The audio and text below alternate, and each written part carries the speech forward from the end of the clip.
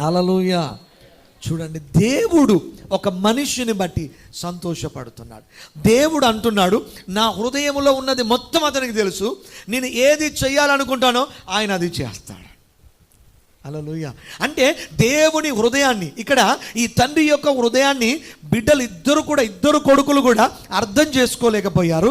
కానీ ఇక్కడ దేవుని హృదయాన్ని దావీదు అర్థము చేసుకున్నాడు. దావీదు దేవుని సంకల్పాన్ని, ఉద్దేశాలను, ప్రణాళికలను, దేవుని చిత్తాన్ని పరిపూర్ణంగా నెరవేర్చేవాడు అని చెప్పి దేవుడే సాక్ష్యమిస్తున్నాడు. హల్లెలూయా. ఎంత గొప్ప సాక్ష్యం అది! ఇంకా దీనిని మించింది ఏదైనా ఉంటుందా భూమి మీద? దావీదు ఏమైనా సాధించాడా అని అంటే ఇంతకు మించింది ఏదైనా చెప్పగలరా మీరు? నేనైతే చెప్పలేను. హల్లెలూయా. ఇది టాప్ మోస్ట్ అన్నమాట. ఇంతకు మించింది ఏం లేదు. దేవుడే దావీదు గురించి చెప్పాడు, ఆయన నా హృదయానుసారుడు. చాలు, ఆ యొక్క జన్మ ధన్యమైపోయింది. అందుకే దేవుడు ఏం చేశాడు తెలుసా? భూమి ఉన్నంత కాలము దావీదు యొక్క సింహాసనము స్థిరముగా ఉంటుంది. గట్టిగా చప్పట్లు కొట్టండి. అంటే ఒక వ్యక్తి తండ్రి హృదయాన్ని అర్థం చేసుకోగలిగితే, ఒక వ్యక్తి దేవుని హృదయాన్ని అర్థం చేసుకోగలిగితే, దేవుని హృదయము, దేవుని చిత్తమును భూమి మీద నెరవేర్చగలిగితే, ఇదిగో దేవుడు ఆయనకు 1000 తరాల వరకు కృపను చూపిస్తున్నాడు. భూమి ఉన్నంత కాలము ఆయన సింహాసనము స్థిరముగా నిలిచి ఉంటుందని దేవుడే చెప్తూ ఉన్నాడు. ఇంతకు మించిన సాక్ష్యం ఏం కావాలి? చాలామందికి దేవుని మనసు అర్థం కాదు. ఏ వ్యక్తికి అయితే దేవుని మనసు అర్థమవుతుందో ఆ వ్యక్తికి ఆత్మీయ తండ్రి మనసు అర్థమవుతుంది. ఏ వ్యక్తికి అయితే ఆత్మీయ తండ్రి మనసు అర్థమవుతుందో ఆ వ్యక్తికి తండ్రి హృదయం కూడా అర్థమవుతుంది. తండ్రి హృదయం కూడా అర్థమవుతుంది. దేవుడు అర్థం కాని వ్యక్తికి సేవకుడు అర్థం కాడు. సేవకుడు అర్థం కాని వ్యక్తికి తండ్రి కూడా అర్థము కాడు. కొంతమంది ఈ తప్పిపోయిన కుమారుని వలనే, లేదా ఈ ఇంటిలో ఉండి తప్పిపోయిన పెద్ద కుమారుని వలనే కొంతమంది రక్షించబడి మందిరానికి వచ్చి, ఇదిగో భయంకరమైనటువంటి మాంత్రిక శక్తులతో, లేదా చేతబడి శక్తులతో, లేదంటే ప్రాణాపాయ స్థితిలో, మరణకరమైన రోగములతో మందిరానికి వస్తారు. లేదా కుటుంబము చిన్న భిన్నమైనటువంటి పరిస్థితులలో కుటుంబం సంఘానికి వస్తారు. వచ్చినప్పుడు వారి కొరకు దైవజనులు ప్రార్థన చేసి, ఉపవాసాలు చేసి, కన్నీళ్లు విడిచి, రాత్రి పగళ్ళు వారి కొరకు ప్రార్థన చేసి, ఆ కుటుంబాలను కట్టి, కౌన్సిలింగ్ చేసి, అన్ని రకాలుగా చేసి, అన్ని చేసినా కూడా ఏదో ఒక విషయం వంకతో వారు బయటికి వెళ్ళిపోతూ ఉంటారు. సరే, వెళ్ళితే వెళ్ళు, నీకు నచ్చింది అక్కడ కాబట్టి నువ్వు వెళ్తున్నావు, వెళ్ళు. కానీ వెళ్ళేవారు వెళ్ళరు. ఖాళీగా వెళ్ళకుండా ఇదిగో ఒక రాయి వేసి, ఒక బురద జల్లి వెళ్ళిపోతూ ఉంటారు. ఈ 10 సంవత్సరాలు నీ సేవకుడు నీకు అర్థమైంది ఇంతేనా? ఈ 15 సంవత్సరాలు నీ సేవకుడు నీకు అర్థమైంది ఇదేనా? ఈ 20 సంవత్సరాలు నీ సేవకుడు నీకు అర్థమైంది ఇదేనా? అంటే ఆయన మనస్సును తెలుసుకోవడానికి నువ్వు కావు. హల్లెలూయా, హల్లెలూయా. ఎన్ని ఎన్ని ఎన్ని అనుభవాలని చెప్పగలను. వెళుతూ ఉంటే, అయ్యో ప్రభువా, నీ యొక్క గుడారములో నుంచి వెళుతున్నారు, నీ మందిరములో నుంచి వెళుతున్నారు, నీ యొక్క కాపుదలలో నుంచి వెళుతున్నారు, మీ రక్తపు కంచు కోటలో నుంచి వెళుతున్నారు. వెళ్ళిన తర్వాత ఏమవుతుంది, ఎలాగైతుంది, ఎలా సాతాను చేతిలో వాళ్ళు చిక్కుతారు అని చెప్పి మేము బాధపడి కన్నీళ్లు విడుస్తూ ఉంటే, బయటికి వెళ్ళి ఒక వ్యక్తి మాట్లాడుతాడు. లోపల ఉండి ఒక వ్యక్తి దాన్ని సపోర్ట్ చేస్తాడు. బయటికి వెళ్ళిన వ్యక్తికి మనసు అర్థం కాదు, లోపల ఉన్న వ్యక్తికి మనసు అర్థం కాదు. నీకు ఒక తండ్రి ప్రేమ నీకు అర్థం కావాలి అంటే, ఇదిగో నేను చెప్తున్నాను, తండ్రి లేని పిల్లల దగ్గరికి వెళ్ళి కూర్చోండి, 1 గంట కూర్చోండి. ఆ బిడ్డల్లో ఉన్న బాధ చెప్తారు, వినండి. Then you will know what is your father's value. అమ్మా, ఆడపిల్లలు వినండి జాగ్రత్తగా. మీ తండ్రి విలువ మీకు అర్థం కావాలంటే, తండ్రి లేని మీ ఫ్రెండ్స్ దగ్గరికి వెళ్ళి కూర్చొని వాళ్ళని అడగండి, ఏంటి నీ యొక్క ఎక్స్పీరియన్స్ అని అడగండి. వాళ్ళు చెప్తారు. ఒక ఆత్మీయ తండ్రి లేని సంఘానికి వెళ్ళి అడగండి, ఆత్మీయ తండ్రి విలువ ఏంటో. Hallelujah. Then you will know the value. ఇక్కడ తండ్రి ఉన్నాడు, ఆస్తి ఉంది, ప్రేమ ఉంది, అన్ని పుష్కలంగా ఉన్నాయి. బట్ ఆ తండ్రి మనస్సును అర్థం చేసుకోలేకపోయారు. చాలామంది పిల్లలు ఏం చేస్తారు, వాళ్ళ తండ్రి చనిపోయిన తర్వాత పెద్ద పెద్ద సమాధులు కట్టి, పెద్ద పెద్ద ఫంక్షన్లు చేసి, పెద్ద పెద్ద గిన్నెలు, గిఫ్ట్లు ఇచ్చి పంపుతూ ఉంటారు. ఎవడికి కావాలి అని గిఫ్ట్లో? ఎవడికి కావాలి? ఉన్నప్పుడు కాసింత ముద్ద అన్నం పెట్టమంటే చేత కాదు. ఉన్నప్పుడు పక్కన కూర్చొని తండ్రి బాధ ఏంటో, తండ్రి కష్టం ఏంటో, తండ్రి ఇబ్బంది ఏంటో కూర్చొని అడిగి పరామర్శించేటటువంటి టైము నీకు ఉండదు. చచ్చిన తర్వాత ఆడంబరాలు చేస్తాయి. ఎవడికి కావాలి? బతుకున్నప్పుడు ఒక ముద్ద వండి పెట్టు, బతుకున్నప్పుడు పక్కన కూర్చొని మాట్లాడు. హల్లెలూయా. ఈ లోకములో ఒక క్రిటికల్ పొజిషన్లో ఉన్న క్యారెక్టర్ ఎవరు అంటే తండ్రి. పిల్లలకు బాధ వస్తే ఎక్కడికి వెళ్తారు? పిల్లలకు బాధ వస్తే ఎక్కడికి వెళ్తారు? తండ్రి దగ్గరికి వెళ్తారు. భార్యకు బాధ వస్తే ఎక్కడికి వెళ్తుంది? భార్యకి బాధ వస్తే ఎక్కడికి వెళ్తుంది? భర్త దగ్గరికి వెళ్తుంది. అంటే భర్త నథింగ్, ఫాదర్. ఓకేనా? అంటే పిల్లలు తండ్రి దగ్గరికి వెళ్తారు, భార్య భర్త దగ్గరికి వెళ్తుంది, అంటే తండ్రి దగ్గరికి వెళ్తుంది. మరి ఇప్పుడు తండ్రికే సమస్య వస్తే ఎక్కడికి వెళ్ళాలి? ఎక్కడికి వెళ్ళాలి? ఎక్కడికి వెళ్ళడం? గుండెలోనే దాచుకుంటాడు, కడుపులోనే దాచుకుంటాడు, తనలో తానే మదన పడుతుంటాడు, బయటికి కనబడనివ్వడు. భార్య బాధ బయటికి కనబడవచ్చు, పిల్లల బాధ బయటికి కనబడవచ్చు, కానీ తండ్రి బాధ బయటికి కనబడదు, కనబడనివ్వడు. హల్లెలూయా. అంత గొప్ప క్యారెక్టర్ అండి ఫాదర్ క్యారెక్టరు. అంత ఉన్నత, అన్ని దిగమింగుకొని త్యాగము చేసి బ్రతికేవాడు తండ్రి. ఇవన్నీ వాస్తవాలా కాదా? మరి అలాంటి తండ్రిని మోసం చేసి పోయి పెళ్లి చేసుకోవాలని ఎలా అనిపించింది? అలాంటి తండ్రిని బాధ పెట్టి అలాంటి తండ్రి మీద నిందలు మోపాలని ఎలా అనిపించింది? కొంతమంది లవ్లో ఉన్నప్పుడు వారి లవ్ను సక్సెస్ చేసుకోవడానికి తల్లిదండ్రుల మీద ఎన్ని మాటలు చెప్తారో తెలుసా? మా అమ్మిలా అండి, మా నాన్నలా అండి, వేస్ట్ అండి, పనికిరారండి, అసలు ప్రార్థన చేయరండి, అసలు దొంగలండి, అయ్యో మీ దగ్గర చేసేదంతా నటన అండి. నటన నువ్వు చేస్తున్నావా, వాళ్ళు చేస్తున్నారా మాకు తెలియదా? నటన ఎవరు చేస్తున్నారో ఒక ఆత్మీయ తండ్రిగా మాకు తెలియదా? హల్లెలూయా. అదే పెళ్ళి అయిపోయాక mummy I love you mummy, daddy I love you daddy, my daddy is my hero. మొన్న ఏదో చెప్పినావు, సిగ్గుండొద్దు కొంచెమన్నా? ఇది నిజమైన ప్రేమనా? ఇది నిజంగా మీ డాడీ హీరో అని నువ్వు చెప్పేది గుండెల్లో నుంచి వస్తుందా? హల్లెలూయా, హల్లెలూయా. గమనించండి ప్రేమ దేవుడు, మాటలతో చెప్పకండి.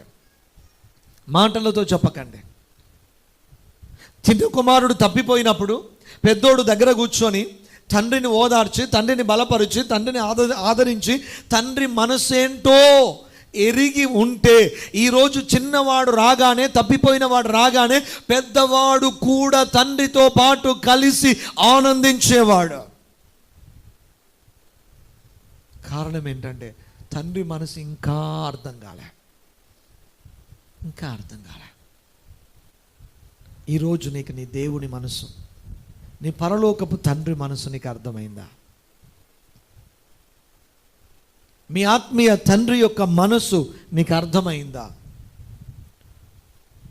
ఒక్కొక్క వ్యక్తి లోకములో కలిసిపోయినప్పుడు ఎంత వేదన చెందుతామో, ఎంత ప్రసవ వేదన పడుతామో.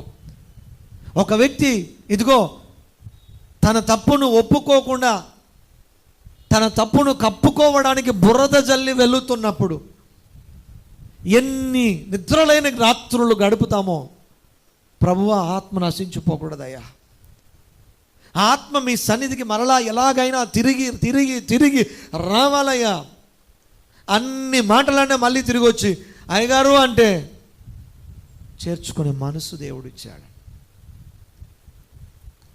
హల్లెలూయా, హల్లెలూయా, హల్లెలూయా. గమనించండి ప్రేమంతో. కానీ దావీదు దేవుని హృదయానుసారుడుగా మారిపోయాడు. అంటే దేవుని మనసు ఏంటో క్లియర్గా అర్థమైపోయింది దావీదుకి.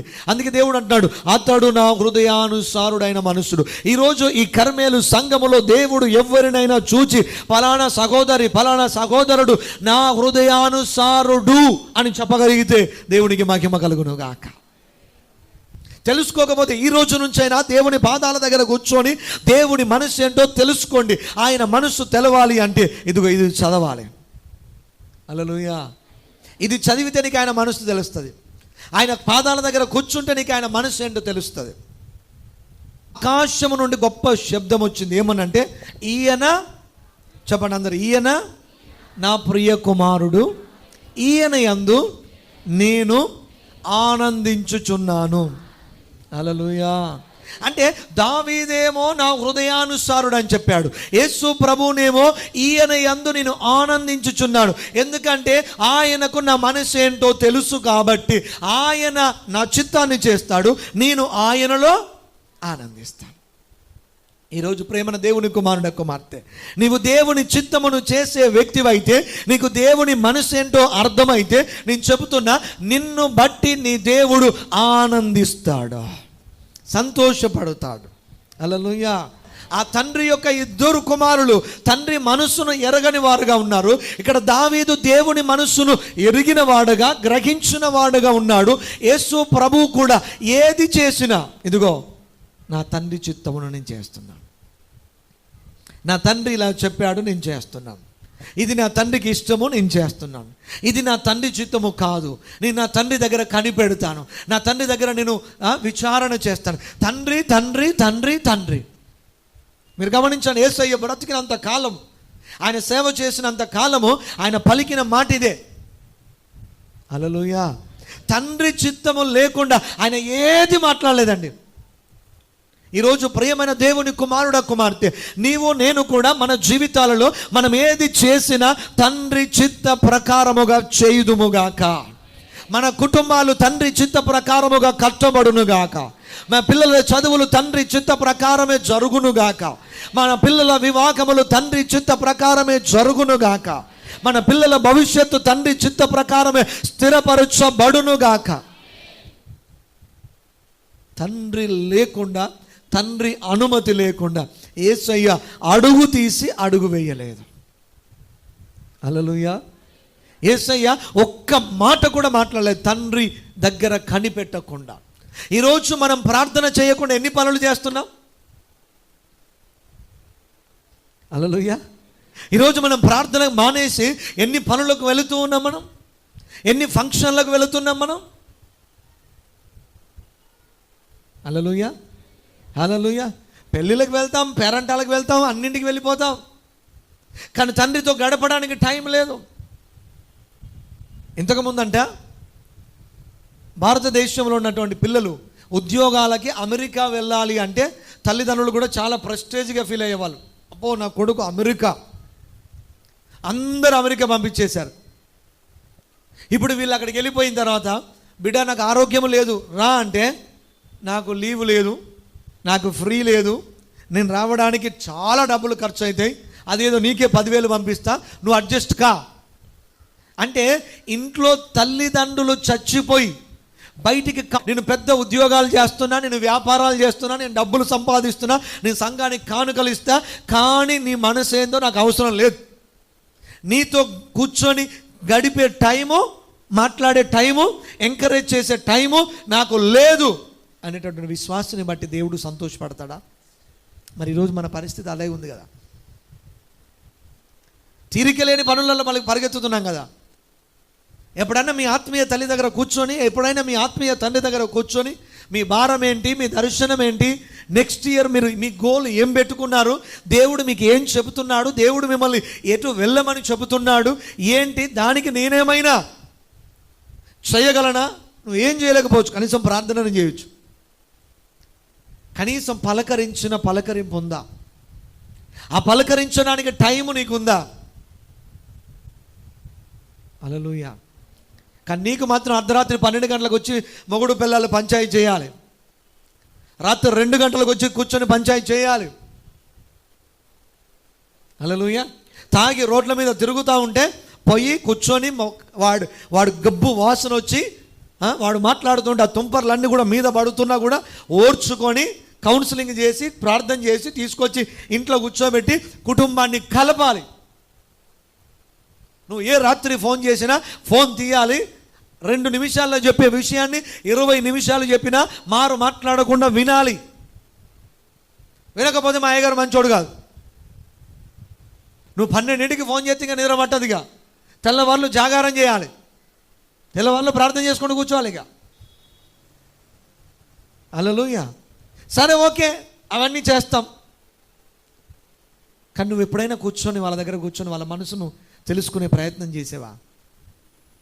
దేవుడు వాళ్ళ గుండెలో ఏ భారం పెడుతున్నాడు, ఏ దర్శనముతో నింపుతున్నాడు, దేవుడు వాళ్ళని ఏం చెయ్యమని చెబుతున్నాడు అని తెలుసుకునే ప్రయత్నం ఎప్పుడైనా చేసావా? ఒక అమ్మ వంట చేస్తేనే, అమ్మ ఈరోజు mutton super, biryani super, curry super అని చెప్తావు కదా. నువ్వు బలపడినప్పుడు, అయ్యా నేను ఫలానా వాక్యం ద్వారా బలపడుతున్నాను, ఫలానా మాట ద్వారా దేవుడు నన్ను దర్శించాడు, ఇదిగో నా జీవితంలో, నా పిల్లల జీవితంలో, నా కుటుంబంలో ఇది జరిగింది అని వచ్చి కూర్చొని మాట్లాడి ఎప్పుడైనా ప్రోత్సహించడానికి ప్రయత్నం చేసావా? హల్లెలూయా. అంటే తల్లే కష్టపడుతుంది కిచెన్లో, పిల్లలే కష్టపడతారో, తండ్రికి ఏ ఫీలింగ్లు ఉండవు, తండ్రికి ఏం అక్కర్లా. హల్లెలూయా. తండ్రి కూడా ఒక మనిషే, తండ్రికి కూడా ప్రేమ కావాలి, తండ్రికి కూడా ప్రోత్సాహం కావాలి, తండ్రికి కూడా నేనున్నాను డాడీ, నిన్ను మంచిగా చూసుకుంటాను అనే ఒక భరోసా కావాలి. హల్లెలూయా. అలా చేయగలిగినప్పుడు ఇంకా ఎంత ఉత్సాహంతో ఆయన కుటుంబం కొరకు పనిచేయగలుగుతాడు. హల్లెలూయా. వాక్యం వింటున్న యవనస్తులందరి జీవితంలో ఈ మాటలు ఫలించునుగాక, ఈ మాటలు వారిని పురికొల్పునుగాక. ఆమేన్. హల్లెలూయా. మా డాడీ నాకు ఎప్పుడు చెప్తా ఉండేవాడు, మా నాన్నగారు మా ఫిలిప్ నాకు చెప్పేవాడంట, నన్నెవరు చూస్తారు అంటే ఆయన తెచ్చిన డబ్బులన్నీ కూడా ఇంట్లోకి ఇచ్చేసేవాడు, జీతం డబ్బులు అన్నీ కూడా ఇంట్లోకి తీసుకొని ఇచ్చేసేవాడు. అప్పుడు ఆయన అడిగేవాడు, అన్ని డబ్బులు తీసి ఖర్చు పెట్టేస్తున్నారు, మరి రేపు నా పరిస్థితి ఏంటి అని అంటే, తమ్ముడున్నాడు రా చూసుకుంటాడు, చూసుకుంటాడు. హల్లెలూయా. ఈరోజు దేవుడు ఆయన హృదయాన్ని, ఆయన ఆశను దేవుడు స్థిరపరిచాడు. ఆమె జెరుబ్బాబెలుని అడుగుతున్నాడు, పెద్దనాన్న ఫ్రెండ్స్ అందరూ మంచి ఫైటర్స్ అంట కదా, మంచి రౌడీ బ్యాచ్ అంట కదా, మరి పెద్దనాన్న ఏంది ఇంత సైలెంట్గా ఉన్నాడు అని అడిగాడు. నేను అన్నాడు, ఆయన సైలెంట్ నీకేం తెలుసునానా, ఆయన అందరికంటే వాయిలెంటు, ప్రార్థన చేసి చేసి చేసి చేసి అట్లా సైలెంట్ అయిండు. హల్లెలూయా. నాకు నిద్ర పట్టనిచ్చేవాడు కాదుగా, ఏ రాత్రి లేచి బస్సు ఎక్కిపోతాడో తెలియదు, ఏ రోజు బస్సు ఎక్కి కర్నూలులో తేలుతాడో తెలియదు, అనంతపురంలో తేలుతాడో తెలియదు, అమలాపురంలో తేలుతాడో తెలియదు. అక్కడ పోయి ఫోన్ చేస్తాడు, హలో అమలాపురంలో ఉన్నారా అంటాడు. ఎన్ని కన్నీళ్ళు విడిచామో, ఎన్ని ప్రార్థనలు చేశామో, ఎన్ని ఉపవాసాలు చేశామో విడిచిపెట్టలేము. తల్లిదండ్రుల భారము బాధ్యతలు మీద పడ్డాయి, విడిచిపెట్టలేము. ప్రభువా నువ్వే దిక్కయ్యా అని ప్రార్థన చేస్తే ఈరోజు ఆయన సైలెంట్గా మారిస్తే చూసి వాళ్ళు అనుకుంటారు, అబ్బో ఎంతో సైలెంట్, ఎంతో మంచి అబ్బాయి, ఆహా మీకు తెలుసు, నన్ను అడగండి చెప్తా. అలా ఆ తండ్రి పడ్డ ఆశ ఆయన నాతో చెప్తాడు, నాన్న ఇలా అన్నాడు ఎప్పుడన్నా, కాబట్టి నువ్వేగా నన్ను చూసుకోవాలని అంటాడు. అన్నా చూసుకుంటా, అనకపోయినా చూసుకుంటా. అంటే ఒక తండ్రి అంటే బాధ్యతల మీద పడిపోతాయి. ఇంకో విషయం చెప్పనా, నేను అతి చిన్న వయసులో తండ్రి అయ్యా. ఆడుకొని పాడుకునే వయసులో, వీళ్ళలాగా సినిమాలు షికారులు చేయాల్సిన వయసులో అంటే నా లైఫ్ దేవునికి డెడికేట్ చేశా కాబట్టి టైం టు టైం జరిగిపోయినాయన్ని. దేవుడు కాలేజ్ చదువుతుంటేనే పిలిచాడు, కాలేజీ వదిలేసా, సేవ ట్రైనింగ్ వెళ్ళిపోయా, ట్రైనింగ్ అయిపోయింది, సేవకు పంపాడు, సేవకు రాగానే నాకు ఒక ఏంటి సింగిల్గా వెళ్ళి సేవ చేయొద్దు కాబట్టి పెళ్లి చేయాలి. పెళ్లి చేసుకోవాలనుకుంటే వెంటనే పెళ్లి చేసుకునే సేవకు వెళ్ళాలి. హల్లెలూయా. ఇప్పుడు గమనించండి, చిన్న వయసులో అంటే 23 సంవత్సరాలకే పెళ్ళయింది, బిడ్డ పుట్టింది. హల్లెలూయా. అంటే అంత తక్కువ వయసులోనే ఒక తండ్రి ఈ మాట నేను ఎందుకు చెప్తున్నా అంటే, అప్పటిదాకా ఆడుతూ పాడుతూ తిరగాల్సిన వయసులోనేమో పోయి కురుసెల్లలో పనిచేసిన. ఓకేనా? ఇక్కడ వచ్చి కొంచెం ఏమైనా ఉందామంటే ఈలోపు బిడ్డ వచ్చి మెడల మీద కూర్చుంది, భుజాల మీద కూర్చుంది. ఇప్పుడు ఆమెకు పాలు తేవాలి, ఆమెకు బ్రెడ్ తేవాలి, ఆమెకు అన్ని తేవాలి. ఇప్పుడు భార్యను చూడాలి, బిడ్డను చూడాలి, మళ్ళీ ఒక పక్క సంఘాన్ని చూడాలి. హల్లెలూయా. అందుకే ఈరోజు మీకేదైనా కష్టం వస్తే సరిగ్గా మిమ్మల్ని గైడ్ చేయగలుగుతున్నామంటే దేవుడు అవన్నీ అనుభవాలు ఇచ్చాడు కాబట్టి మీకు చెప్పగలుగుతున్నాం, ఈ మార్గములో వెళ్ళండి, ఈ మార్గములో వెళ్ళకండి, ఇది మంచిది, ఇది మంచిది కాదు అని చెప్పగలుగుతున్నాం. హల్లెలూయా, హల్లెలూయా. కాబట్టి ఈరోజు ఆ తండ్రిని విడిచి వెళ్ళిపోయిన తప్పిపోయిన కుమారుడిలాగా నువ్వు ఉన్నావా? తిరిగి రా, ఆ దేవుడు నిన్ను చేర్చుకోవడానికి సిద్ధంగా ఉన్నాడు. కొంతమంది పక్కనే ఉంటారు కానీ వాళ్ళ మనసు దూరంగా ఉంటుంది, దూరంగా ఉంటుంది. భార్యాభర్తలు కలిసే ఉంటారు కానీ వాళ్ళ మనసు ఐక్యంగా ఉండదు. విశ్వాసులు సేవకుడు ఒకే మందిరంలో ఆరాధన చేస్తారు కానీ సేవకుడి మనసుతో ఆ విశ్వాసి హృదయం ఏకీభవించదు. అంటే శరీరపరంగా దగ్గరున్నారు కానీ మనసు పరంగా దూరంగా ఉన్నారు. నేను చెప్తున్నా, ఒకవేళ నీ మనసులో నీ హృదయంలో నీవు దేవునికి కానీ ఆత్మీయ నాయకుడికి కానీ సంఘానికి కానీ నువ్వు దూరంగా ఉన్నట్లయితే ఆ తప్పిపోయిన కుమారులాగా ఈరోజు నువ్వు దగ్గరికి రా, దేవుడు నిన్ను చేర్చుకోవడానికి సిద్ధంగా ఉన్నాడు. లేదయ్యా నేను తప్పిపోలేదు, ఇక్కడే ఉన్నా కానీ ఇంకా నీ మనసు ఏంటో నాకు అర్థం కావట్లేదంటే కనీసం ఈ రోజు నుంచి అయినా ఆయన మనసు తెలుసుకోవడానికి ప్రయత్నం చేసి దావీదు వలె ఆయన మనస్సును ఎరిగి పని చేయండి, ఆయన ఉద్దేశాలు తెలుసుకొని పని చేయండి. హల్లెలూయా. యేసు ప్రభువులాగా దేవుడు నిన్ను బట్టి ఆనందించేలాగా, నీ తండ్రి పరలోకపు తండ్రి నిన్ను బట్టి ఆనందించేలాగా మనము ప్రవర్తించుదుముగాక. ఆమేన్. హల్లెలూయా. కొంతమంది కొన్ని పనులు చేసినప్పుడు గుండె అలా పిండేసినట్లు అవుతూ ఉంటుంది. కొంతమంది కొన్ని పనులు చేసినప్పుడు ప్రభువా వీళ్ళ కొరకు నేను ఏ జీవనివ్వాలి, ఏది ఇచ్చినా తక్కువే కదా, నువ్వే కార్యం చేయాలి అని ప్రార్థన చేయాలనిపిస్తుంది.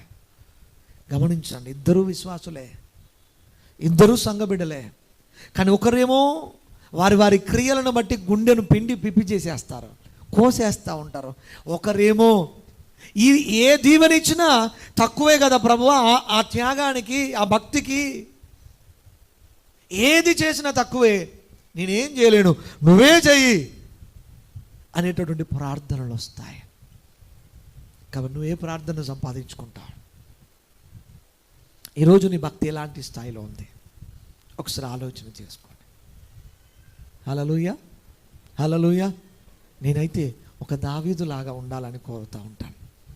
నేనైతే ఒక యేసు ప్రభు ఎలాగైతే తండ్రి ఆనందించే కొడుగ్గా ఉన్నాడో అలా ఉండాలి అని నేను కోరుకుంటాను. మీరు కూడా యేసయ్య చిత్తాన్ని నెరవేర్చే బిడ్డలుగా, దేవుడు మిమ్మల్ని బట్టి ఆనందించే బిడ్డలుగా మీరు ఉండాలని నేను కోరుతూ ఉంటాను. హల్లెలూయా. అలాంటి కృపను దేవుడు మనందరికీ అనుగ్రహించునుగాక. ఆ పరలోకపు తండ్రి హృదయము ఈరోజు మీ అందరి హృదయాలకు అర్థము అవును గాక. ఆమేన్. మా ఆత్మీయ తండ్రి చాలామందికి ఆయన సేవకుడుగా దైవజనుడుగానే ఉన్నాడు, కానీ నాకు ఆయన సేవకుడు ఆయన తండ్రి.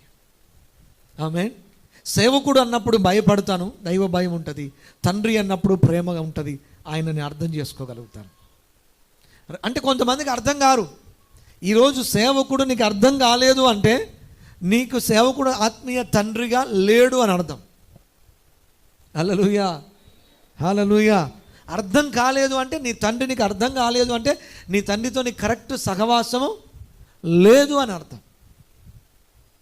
కొంతమందికి అర్థం కాలే, నాకు ఆయన అర్థమయ్యాడు. నాకు ఆయన అర్థమయ్యాడు కాబట్టి ఆయన వెళ్తూ వెళ్తూ నా గురించి ఒక సాక్ష్యాన్ని పలికి వెళ్ళాడు. ఇది దేవుని మహిమ కొరకు మీలో కొంతమంది అయినా పురికొల్పబడాలని మాత్రమే చెప్తున్నా, అతిశయించడానికి చెప్పట్లే. హల్లెలూయా. ఆయన పలికిన మాట 250 మందిలో పీటరొక్కడే నమ్మకస్తుడు. పీటరొక్కడే నమ్మకస్తుడు. దేవుని మహిమ కొరకు చెప్తున్నా.